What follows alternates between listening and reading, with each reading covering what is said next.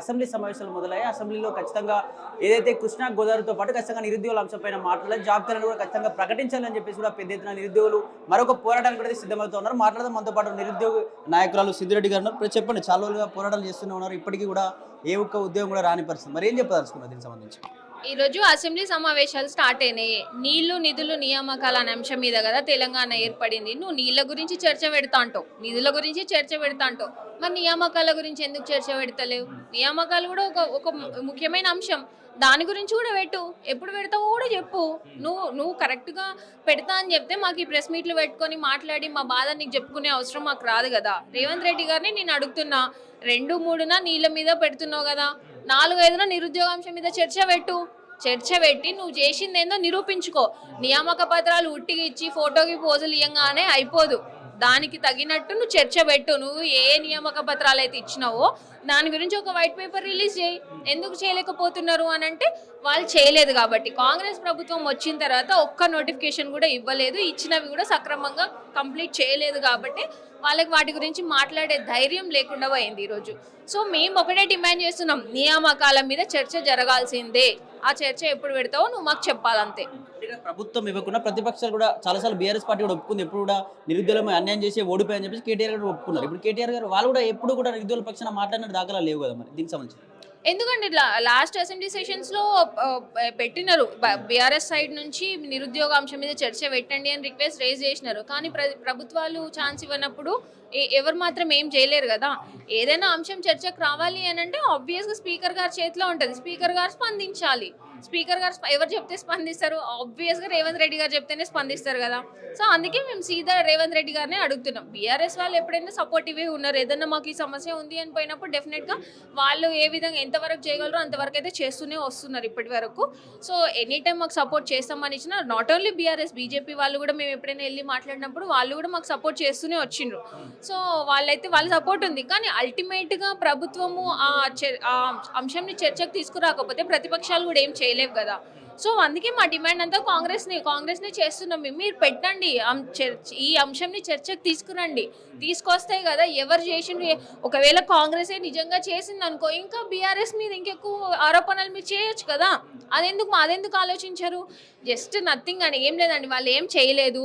ఒకవేళ చర్చ పెట్టి వాళ్ళు ఏమన్నా అబద్ధాలు చెప్పినా మేము ఊరుకునే వాళ్ళం కాదు. మేము ఖచ్చితంగా ముందుకు వచ్చి అరే భయ్ నువ్వు చెప్పింది అబద్ధం అని ఖచ్చితంగా చెప్తాం. కాబట్టి వాళ్ళకి ధైర్యం లేదు. ఫస్ట్ నియామకాల మీద చర్చ పెట్టే ధైర్యం ప్రభుత్వానికి లేదు. నిజంగా ధైర్యం ఉంటే మీరు పెట్టండి, చూస్తాం మేము. అయితే కాంగ్రెస్ ప్రభుత్వం గెలిస్తే నిరుద్యోగుల జీవితాలు మారిపోతే నిరుద్యోగుల ఉద్యోగాలు వచ్చి అందరూ కూడా సంతోషంగా గడపచ్చు, ఉద్యమకారులు కావచ్చు అందరూ కూడా సంతోషంగా ఉండొచ్చు అని చెప్పి చాలా మంది మేధావులు కావచ్చు ఉద్యమకారులు అందరూ మిమ్మల్ని ముందుండి నడిపారు. ప్రతి గడప వెళ్ళి కూడా ఖచ్చితంగా కాంగ్రెస్ పార్టీ కోటే అని చెప్పి చాలా మంది కూడా మీరు తిరిగిన పరిస్థితి. మరి ఇప్పుడు ఎవరైనా మేధావులు కావచ్చు ఉద్యమకారులు ఎవరైనా మీకు సంబంధించి సపోర్ట్గా ఉన్నారా? వాళ్ళు ఎవరైనా ఎవరు లేరండి, ఎవరు లేరు. చిన్న నాయకుడు కూడా ఇప్పుడు మా మీద విరుచుకుపడే స్థాయికి వచ్చిండు. ఒకప్పుడు మా వెనకాల పడి తిరిగిన నాయకులు అరే చెల్లెమ్మ అది, తమ్ముడు అన్న ఇది అది అని మాట్లాడి మీరు ఇది చేయండి అది చేయండి అని ప్రతి అడుగు మా వెనకాలండి తోసినోడు కూడా ఇవాళ మా మీద రిటర్న్ మీరు దద్దమ్మలు, మీరు ఎగ్జామ్సే రాయలేదు, మీరు ఇంకొకటి అని మాట్లాడే స్థాయికి వచ్చిండు అని అంటే అక్కడే క్లియర్గా అర్థమవుతుంది ఏంటంటే కాంగ్రెస్ అధికారంలో ఉంది అన్న బలుపెక్కి ఈ మాటలన్నీ మాట్లాడుతున్నారు కాంగ్రెస్ నాయకులు.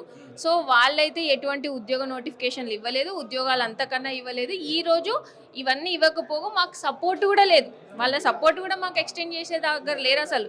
కనీసం ఆనాడు ఇప్పుడు ఎమ్మెల్సీగా ఉన్న వాళ్ళు వాళ్ళ రాజకీయ నిరుద్యోగులే కదా. ఆ రోజు ప్రతిరోజు మాకు అవైలబుల్ ఉంటుండే. ఈరోజు ఒక్క నిమిషం మాట్లాడడానికి కూడా వాళ్ళకి టైం లేదు అని అంటే వాళ్ళకి అధికారం మదం ఎంత ఎక్కువైపోయింది అనేది మాకు క్లియర్గా అర్థమైంది. కాబట్టి మేము ఇంకా వాళ్ళ సపోర్ట్ కూడా కోరుకోవట్లేదు, అవసరం లేదు భయ్. ఆ రోజు మేము స్వతహాగా చేసినాం, ఈ రోజు కూడా అంతే స్వతహాగా మేము ఏం చేయాలో అది చేసుకుంటున్నాం. ఎవరు ప్రభుత్వంలో ఉన్నారో మాకు అనవసరం. మాకు రావాల్సింది చేయాల్సింది చేయకపోతే ఖచ్చితంగా మేము అడుగుతాం. మీ సపోర్ట్ ఎవరికి అవసరం లేదు. ఎందుకు మిమ్మల్ని మొన్నటి వరకు అడిగినారు అందరూ అని అంటే సరే ఆ రోజు నువ్వు రెస్పాన్సిబిలిటీ తీసుకున్నారు కాబట్టి ఆ మనుషుల్ని అడిగినారు. కానీ ఇవాళ మాకు క్లియర్గా కనిపిస్తుంది ఏంటి, వాళ్ళు ఎట్టి పరిస్థితులు ఈ అంశం గురించి మాట్లాడరు. వాళ్ళకి 1,00,000 పనులు ఉన్నాయి. నిరుద్యోగ అంశం తప్ప మిగిలిన అంశాలలో ఎట్లా దోచుకోవాలి, ఎట్లా పైసలు వసూలు చేసుకోవాలి, ఎట్లా కబ్జాలు, ఎట్లా దందాలు చేయాలనే దాంట్లోనే నిమగ్నమై ఉన్నారు తప్ప ఈ అంశానికి ఒక సొల్యూషన్ తీసుకొద్దాము ఈ సమస్యకి అన్న ఉద్దేశం ఎవరికి లేదు. ఆఖరికి కోదండరామ్ గారికి కూడా ఆలోచన లేదు అని అంటే ఇంకా ఎవరు సపోర్ట్ చూస్తామండి మేము.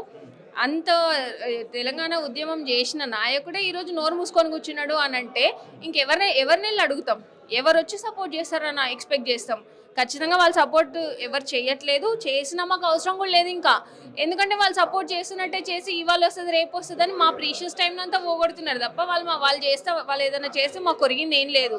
సో మాకు డెఫినెట్గా అవసరం కూడా లేదు. వాళ్ళని ఎట్లా ఎదుర్కోవాలో అట్లా ఎదుర్కొంటాం. మా సమస్యను ఎట్లా పరిష్కరించుకోవాలో మాకు కూడా తెలుసు. చివరిగా ఏంటి పరిస్థితి, నిరుద్యోగుల నుంచి మళ్ళీ ఏదైనా కార్యాచరణ ఉండబోతుందా ముందు ముందు? డెఫినెట్గా ఉంటుందండి. ఎందుకంటే ఒక కంటిన్యూస్ కార్యాచరణ ఉండదా కానీ ఖచ్చితంగా మా సమస్యను ఎప్పటికప్పుడైతే మేము బయట పెట్టడానికే ట్రై చేస్తున్నాం, అదే పనిలో ఉన్నాం, అట్లాగే చేసుకుంటూ వచ్చినాం. కానీ దేనికైనా ఒక పాయింట్ ఉంటుంది. ఒక సర్టెన్ పాయింట్ దాటింది అని అంటే డెఫినెట్గా మేము ఇంకొక విధంగా సమాధానం చెప్పాల్సి ఉంటుంది. కాబట్టి ప్రభుత్వానికి అంతవరకు తీసుకెళ్లకుండా యూ బెటర్ మా సమస్యను సాల్వ్ చేస్తే మీకు మంచిది మాకు మంచిది అని చెప్తారు. Thank you.